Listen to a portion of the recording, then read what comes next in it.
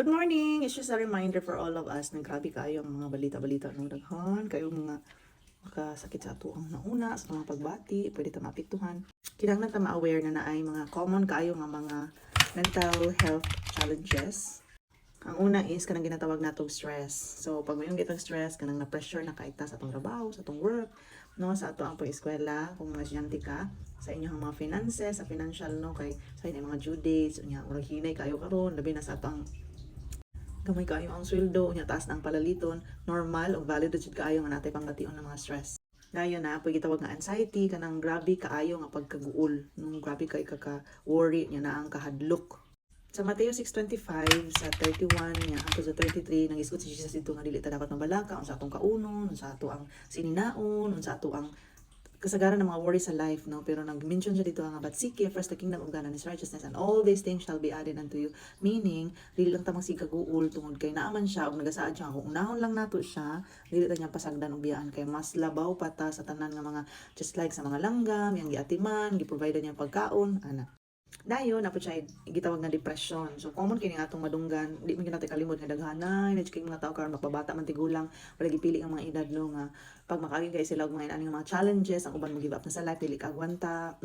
So ang depression kay persistent sadness and loss of interest. So padayon nga kasubo ka nang matingala ka nga dili mawala ang imong kaguol, ang imong sadness nga na feel. So that is depression. Ang uban maglukluk na lang. Ay mga signs ana no nga atong bantayan, i-check na to mga anak, imong friend, imong mga uncle, auntie, labi na sa ginikanan, mga bata na atong tanawon kay sila kaayo ang prone kaayo mga teenagers, no?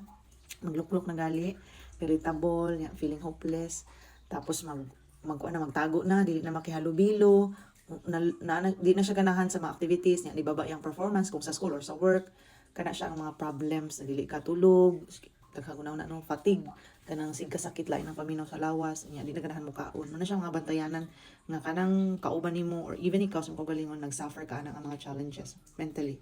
Ang pinaka last is kaning burnout.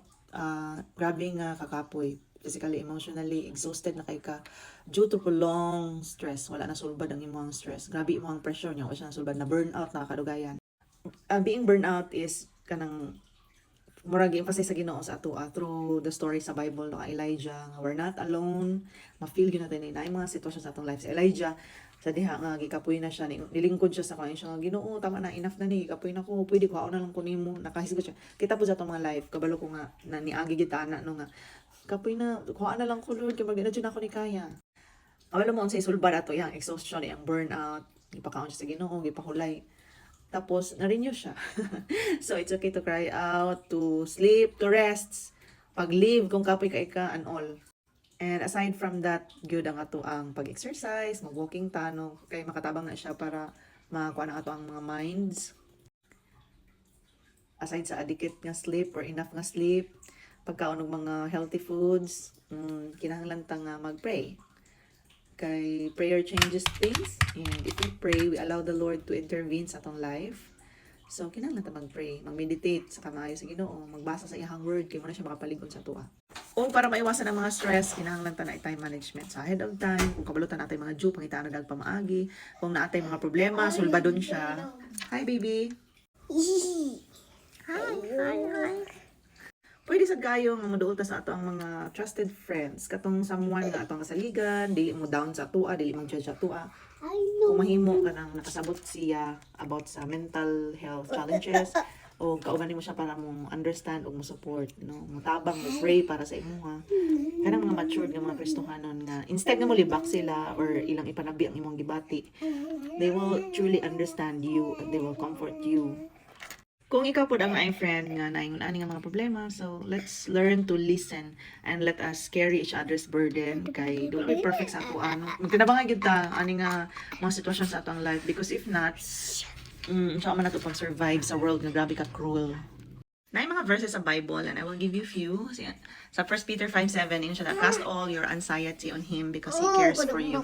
So kung grabe na kaya itong mga worry, wala joy lain tagya sa peace, no? Kung nasa Jesus sa ang life, sa atong heart, makabaton sa ta sa peace kay siya ang tagya sa peace. Ang peace dili siya mabayran, dili siya makuha sa bisan sa mga butang, sa bisan asa nga mga dapit, but only in Jesus.